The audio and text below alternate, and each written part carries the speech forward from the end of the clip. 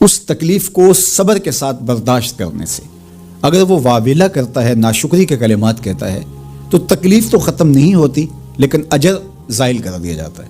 تو اس لیے ہمیں ہر صورت کے اندر صبر کے دامن کو مضبوطی سے تھامنے کی تلقین کی گئی ہے، اور اہل ایمان کو یہ بھی سبق دیا گیا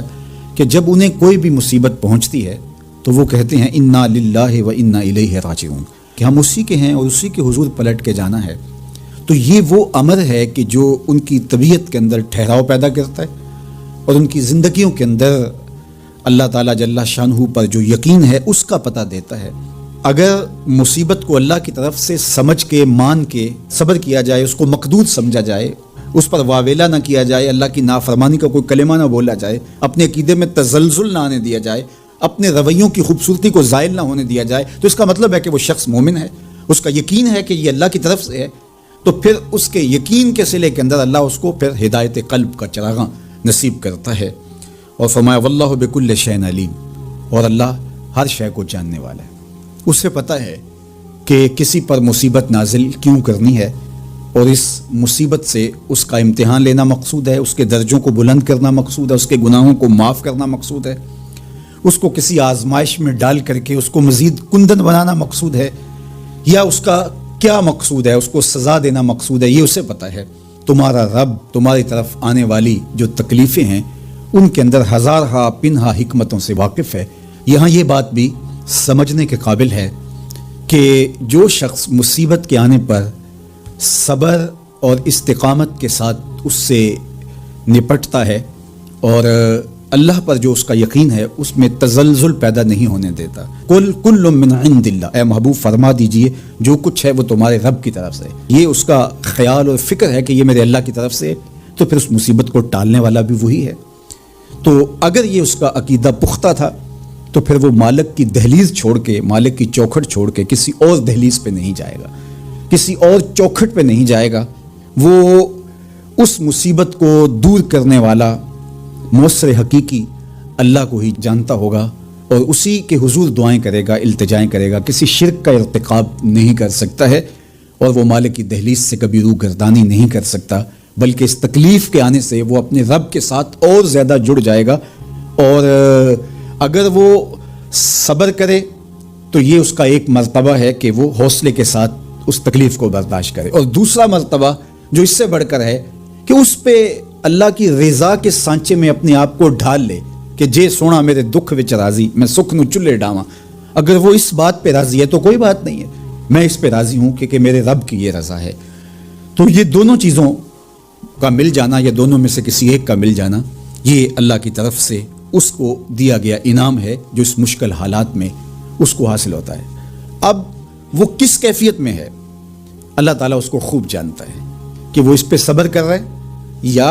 اس کا اندر ڈول رہا ہے، اس کا عقیدہ کمزور تھا اور وہ کمزوری کے باعث جو ہے وہ تزلزل کا، تذبذب کا شکار ہو گیا، تو یہ تمہارا رب خوب جانتا ہے۔ تو تمہارے سینے کے اندر چھپی ہوئی کیفیت تمہارے رب کے علم میں ہے۔ حضور علیہ الصلوۃ والسلام نے فرمایا کہ مومن کا معاملہ بھی بڑا عجیب ہے کہ اسے اگر تکلیف ہوتی ہے تو اس پر وہ صبر کرتا ہے، یا اسے خوشی ملتی ہے تو اس پر وہ شکر کرتا ہے، تو دونوں صورتوں میں اللہ اس کو اجر عطا کرتا ہے، اور یہ صرف شان مومن کی ہی ہے کہ وہ مصیبت پر صبر کرے، بلکہ فرمایا کہ مومن کے پاؤں میں کانٹا بھی چبھتا ہے تو اس کا بھی اس کو اجر دیا جاتا ہے، اس کے درجے بلند ہوتے ہیں، اس کے گناہ معاف کر دیے جاتے ہیں، اس کی خطاؤں سے درگزر کر لیا جاتا ہے، لیکن یہ مشروط ہے۔ حضرت جابر رضی اللہ تعالیٰ عنہ فرماتے ہیں کہ رسول کریم صلی اللہ علیہ وآلہ وسلم نے ارشاد فرمایا، اللہ اکبر، دیکھیے کہیں کہا گیا کالا کالا نبی صلی اللہ علیہ وسلم، کہا گیا کالا کالا رسول اللہ صلی اللہ علیہ وسلم، کہیں کہا گیا کالا کالا ابو القاسم صلی اللہ علیہ وسلم۔ کیسے رنگ ہے۔ حضرت عائشہ بھی روایت کرتی ہیں حضور کی حدیث، تو کبھی نہیں کہتی کہ کالا کالا زوجی، میرے شوہر نے کہا، وہ بھی کہتے ہیں کالا کالا رسول اللہ، میرے رسول نے کہا۔ حضرت عباس روایت کرتے ہیں تو کبھی نہیں کہتے کہ میرے بھتیجے نے کہا، وہ بھی کہتے ہیں کالا کالا رسول اللہ صلی اللہ علیہ وسلم۔ اللہ اکبر۔ حضرت علی روایت کرتے ہیں، حضرت علی حضور کے بھائی لگتے ہیں نا، تو کبھی نہیں کہتے کالا کالا اخی، میرے بھائی نے کہا، وہ بھی کہتے ہیں کالا کالا رسول اللہ صلی اللہ علیہ وسلم۔ اللہ اکبر۔ یار رسول کا رشتہ کتنا بڑا رشتہ ہے۔ تو کوئی نہیں کہتا میرے شوہر نے کہا ہے، کوئی نہیں کہتا میرے بھتیجے نے کہا ہے، کوئی نہیں کہتا کہ میرے بھائی نے کہا ہے، سارے کہتے ہیں میرے رسول نے کہا ہے۔ تو یار یہ کتنا بڑا رشتہ ہے، کتنا عظیم رشتہ ہے، تو اس رشتے کے ساتھ فخر ہوتا ہے، ناز ہوتا ہے۔ اللہ اکبر۔ تو یہ کیا کہتے ہیں؟ قال ابو القاسم، اب یہ کہتے ہیں قال قال رسول اللہ صلی اللہ علیہ وسلم، رسول کریم صلی اللہ علیہ وسلم نے ارشاد فرمایا، اُرِدَتْ عَلَيَّ النَّارُ، میرے اوپر جہنم کو پیش کیا گیا، میں نے جہنم کا ملاحظہ کیا تو میں نے وہاں ایک عورت کو دیکھا، اس کی ایک بلی تھی، اس بلی کی وجہ سے اس کو میں نے عذاب میں مبتلا دیکھا۔ کیسے بلی کی وجہ سے اس کو عذاب دیا جا رہا تھا؟ اس نے بلی کو باندھا ہوا تھا، قید کیا ہوا تھا، نہ تو اس کو وہ کوئی دودھ دیتی تھی، کوئی اس کو کھانے کے لیے چیز دیتی تھی، اور نہ ہی اس کو چھوڑتی تھی کہ وہ زمین کے کیڑے مکوڑے کھا کے اپنے پیٹ کی آگ بجھا سکے، یہاں تک کہ وہ بلی بھوک کی وجہ سے مر گئی۔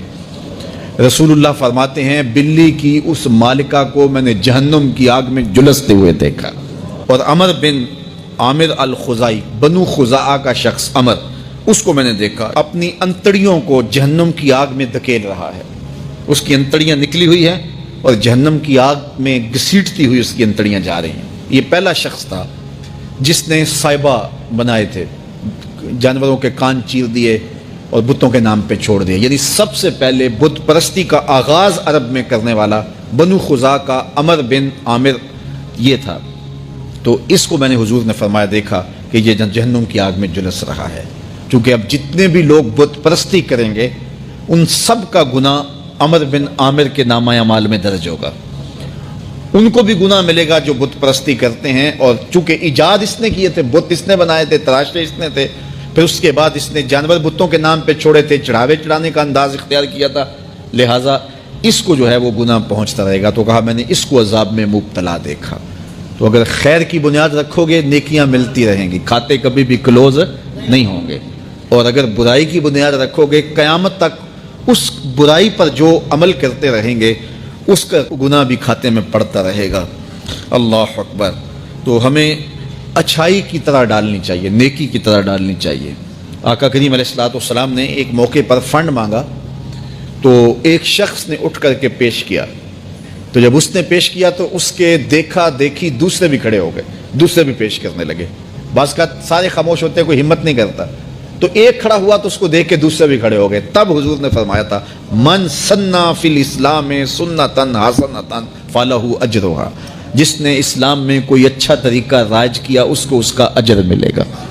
اور پھر اس کی دیکھا دیکھی جس نے بھی کوئی اچھا کام کیا اس کا اجر بھی اس کے اجر کی کمی کے بغیر اس کے کھاتے میں بھی داخل ہوتا رہے۔